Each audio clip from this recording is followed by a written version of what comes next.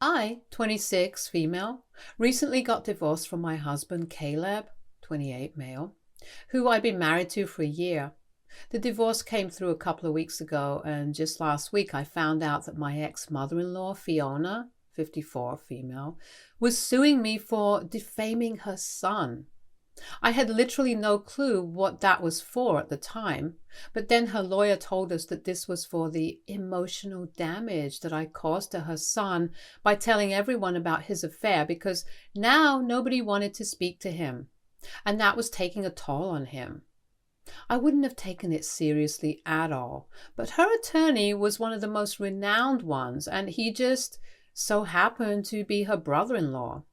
That's the reason why I even entertained that lawsuit, because otherwise I knew for a fact that they didn't have a strong case against me. Had her attorney been someone else to who she was not personally related, they probably wouldn't have even bothered to prepare and file a lawsuit against me, because it would have been pointless. First of all, their grounds were baseless because it can't be called defamation if it's true, and secondly, I'd only told a couple of our close friends about his infidelity, who were now not speaking to him. So it wasn't as though I'd publicly defamed him like Fiona was making it out to be. And most importantly, even if they did have their reasons, I really don't think they'd be able to prove that in court. So a $50,000 lawsuit was a stretch just to get me worried. I wasn't too anxious about it though, because once I had my lawyer look through it, I knew that their grounds were almost laughable. On top of that, I also had a lot of things that I could use against my ex-husband that if I posted could land him in a lot more trouble than just emotional damage. So the day after I was served with the suit, I called Fiona, and at first she was very curt with me.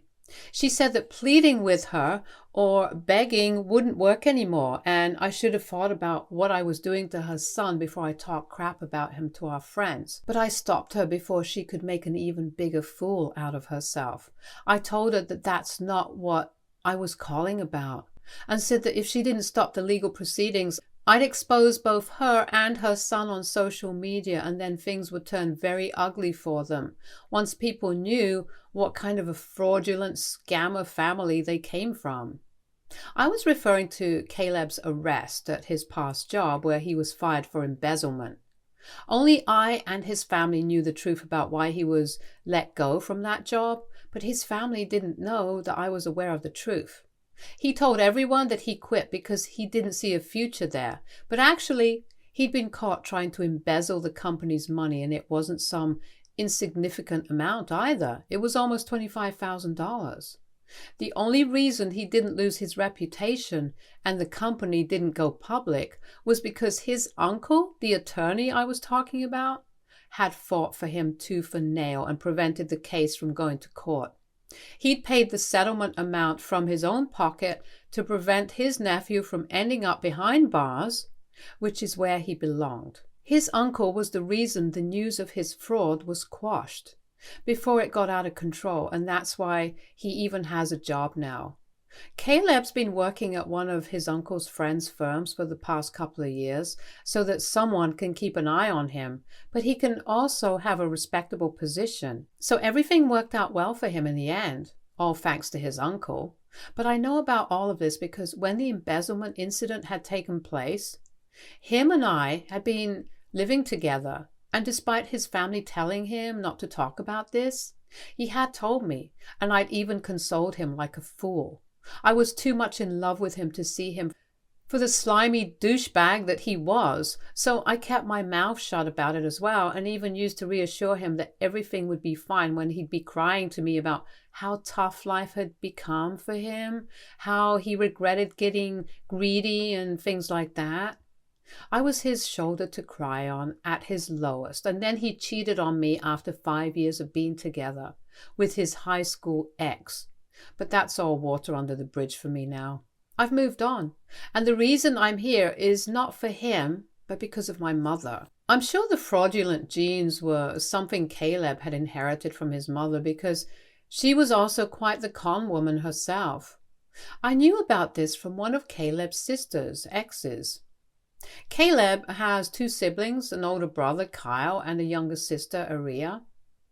All three of them have an age gap of 2 years. Aria's college boyfriend, Marcus, is a co-worker of mine and a really good friend too. When I told him about my relationship with Caleb at first, he'd been really happy for me. But then a few months later, when I showed him a photo of me with Caleb's family at Thanksgiving, he seemed a little shocked. That's when he warned me about Fiona and her tendency to go after her kids' exes, just to rip them off of a ton of money because she thinks they're all naive and stupid and she can get away with it.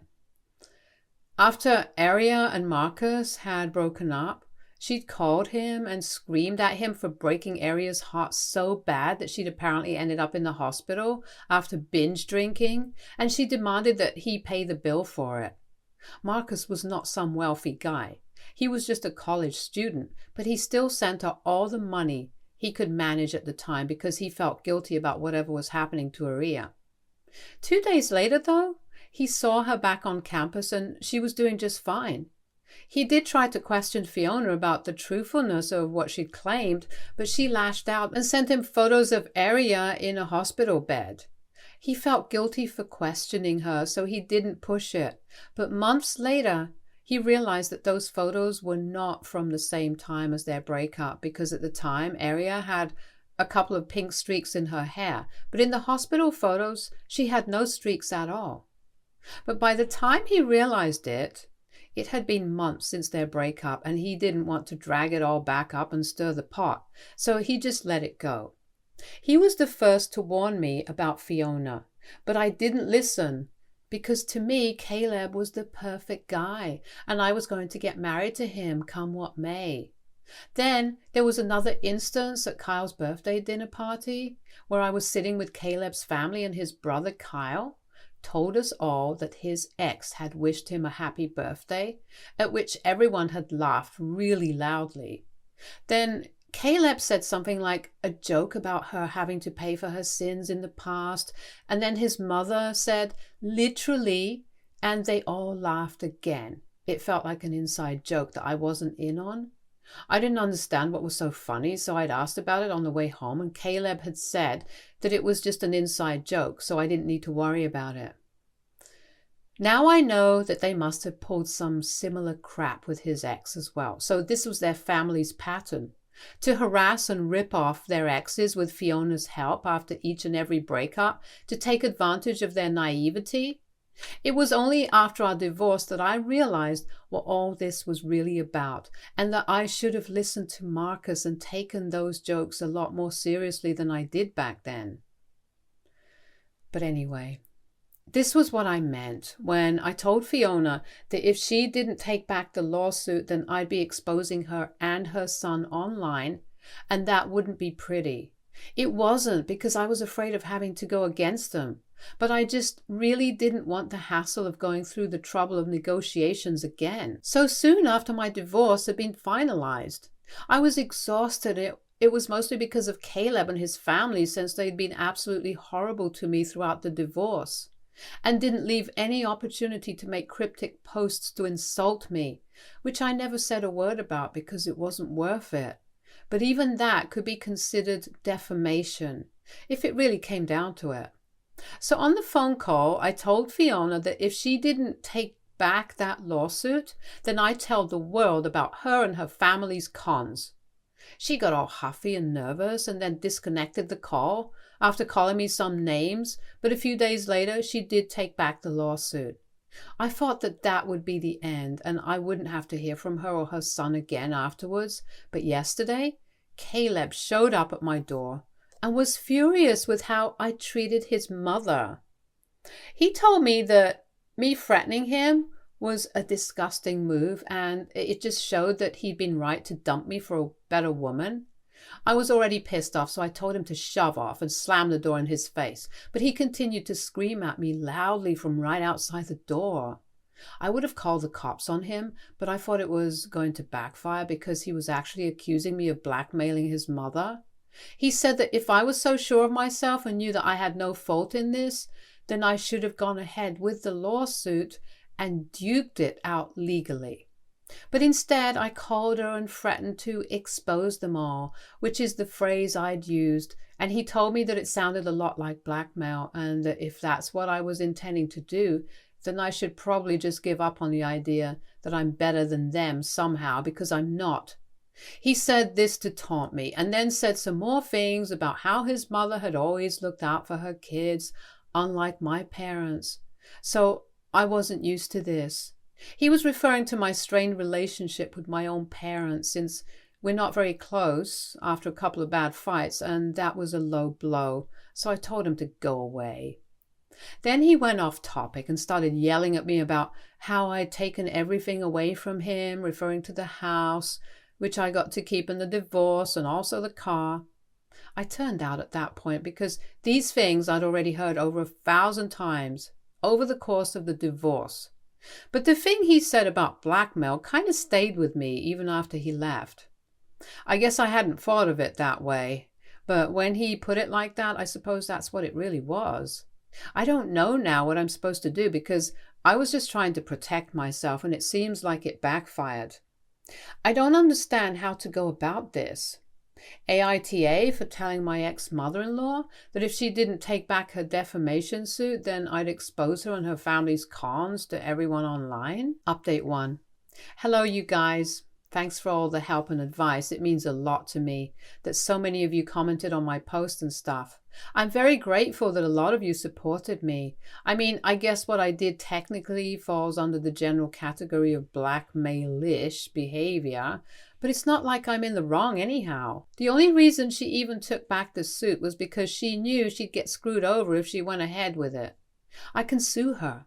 I can get Marcus to sue her and talk to all the other exes about this, but I don't want to. It would be the right thing to do, and a lot of you have suggested I do exactly this. Talk to all the other exes and then together file a petition against Fiona and her kids. But that's a lot of work to put in for something I just want to forget and move on from. I don't know if it makes me a bad person or whatever, but I'm not a vigilante, and neither am I interested in being one at the moment. Maybe sometime in the future, if they try to mess with me again, then I might go ahead and do it, but not right now. I'm just recovering from a very hectic, tense, and stressful phase of my life right now, and what I need is to relax and unwind. I don't want to get caught up in Caleb and Fiona's drama all over again. So I hope you guys understand where I'm coming from. I haven't heard back from Caleb yet, even though it's been 3 days since his last visit while he threw his temper tantrum right outside my door. So it's either that he's forgotten or chosen to let this thing go, or maybe he's planning something. I think the first is very unlikely because he and his family are clearly suckers for any sort of drama, and will do everything in their power to create some, even if it's themselves that they're making a total and complete fool out of. I already saw that petty side of theirs during the divorce, so I'm expecting something bigger and better this time, since I have picked a fight with the biggest goon of the lot. She's not going to let this go, and I know it. I've really insulted her by threatening her, and now that their teeny tiny egos are hurt, they'll do everything in their power to hurt me or humiliate me. I've kept my lawyer on hold in case things get out of hand, even though I'm planning to avoid suing them as far as I can, because I don't have that sort of time and energy, and frankly, I don't want to spend tons of money again on this. I'm just praying for the best right now because there's nothing else I can do. Update 2.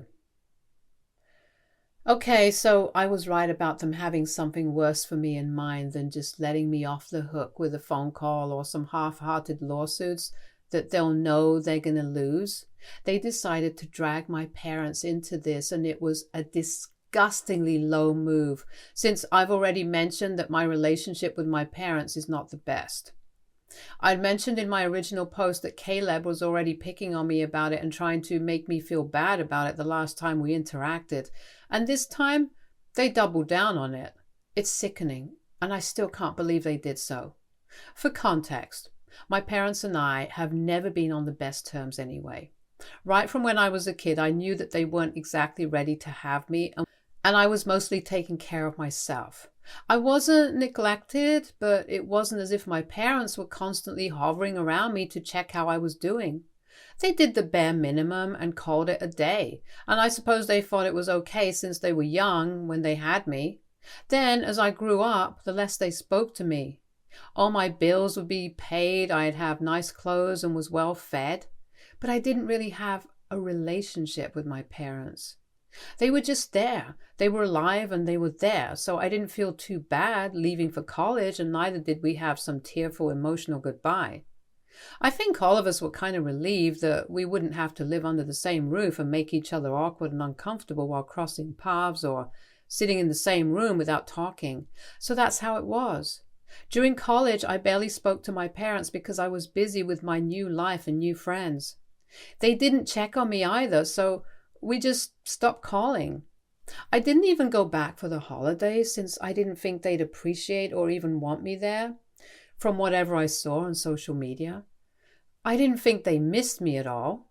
They'd post photos of them traveling, hanging out with their friends, attending parties and stuff, and they seemed happy. I was a little upset that they didn't seem like they cared at all and wouldn't call me, but that just made me get mad because if they weren't going to call me, then I wasn't going to be the weaker one and call them. It was a weird, bad, unhealthy space for all of us, I guess, because when I finally contacted them a couple of weeks before graduation to invite them to the ceremony, they were very cold.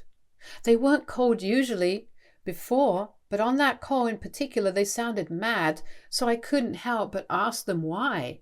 And that's when they told me that they actually were upset that throughout my years at college, I'd barely bothered to put in any effort to keep in touch with them. Now that pissed me off because I could say the same about them as well. So that's what led to a lot of fighting, and they didn't even attend my graduation ceremony because of it. But afterwards, they did reach out to me and I turned them down. This went on for a couple of years until a while ago before my wedding.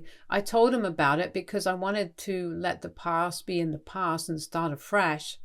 Things haven't been great, but we're going to family counseling and trying to be better. We still end up fighting a lot like crazy sometimes, but we're putting in a conscious effort to work on our relationships. And Caleb and his family just made a total mockery out of it all. They called my parents up 3 days ago in the middle of the night and then put them on blast about my pathetic behavior and how badly I'd been raised, apparently. They even insinuated that I might have pushed Caleb to cheat because of how screwed up my own relationship had been all my life. It was just a total and complete crap fest, and by the end of it, my parents were in shock. They'd never been dragged into any of this drama, so this was a first. But they had the good sense to call me as soon as they recovered from the shock and filled me in on what happened. I hadn't told them anything about Fiona's lawsuit and stuff after the divorce, but on the call, I kind of broke down and ended up telling them everything. Surprisingly, they were really there for me and were very supportive of me.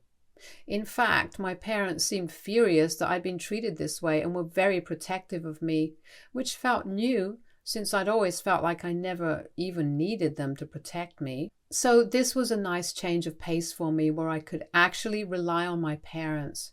I told them that I didn't want to take legal action, but they convinced me to go after them and said that if I felt mentally tired, then they'd be there for me to talk to and do their best to make it easy on me. But if I let this slide, then they'd just keep up and continue to harass me for as long as they could. So I had to set an example and make sure they don't have the opportunity to do this again. I'm already in talks with my lawyer and we're going to sue them for harassment, I think. Update 3. Hey guys, so I'm sorry I'm so late with this update, but with all the hassle of the lawsuit and stuff, I'd forgotten to post here. And I'd also forgotten the password to this account since I'd created it as a throwaway one. I had posted an update separately, but now that I finally managed to remember the details and log back in, I'll post one here too. I went ahead with the lawsuit like my parents told me to, even though I said I didn't want to take any legal action because it'd be too much, and about 2 weeks ago we finally settled out of court. They're the ones who had to pay me $10,000 for all the emotional distress they'd caused me, and even my parents. This is not where their troubles end, though, because once I told my parents everything and they'd supported me, I'd also told them about the scam Fiona had tried to pull by involving her lawyer brother-in-law and sending me some bogus lawsuit just to force me to entertain it and then give them a ton of money for nothing. I told them about the past instances of my husband's dishonesty at work and Fiona's tendency to try and rip off her kids' exes as payback. It was pretty messed up, and my parents told me that since I was going after them anyway, I should probably tell Marcus about it too, and see what he wants to do about it. I did do that, and even though he didn't go after them legally because it had been such a long time, he made a post about it on social media and it blew up because apparently they'd been running this scam for ages, and it had happened to all of their exes.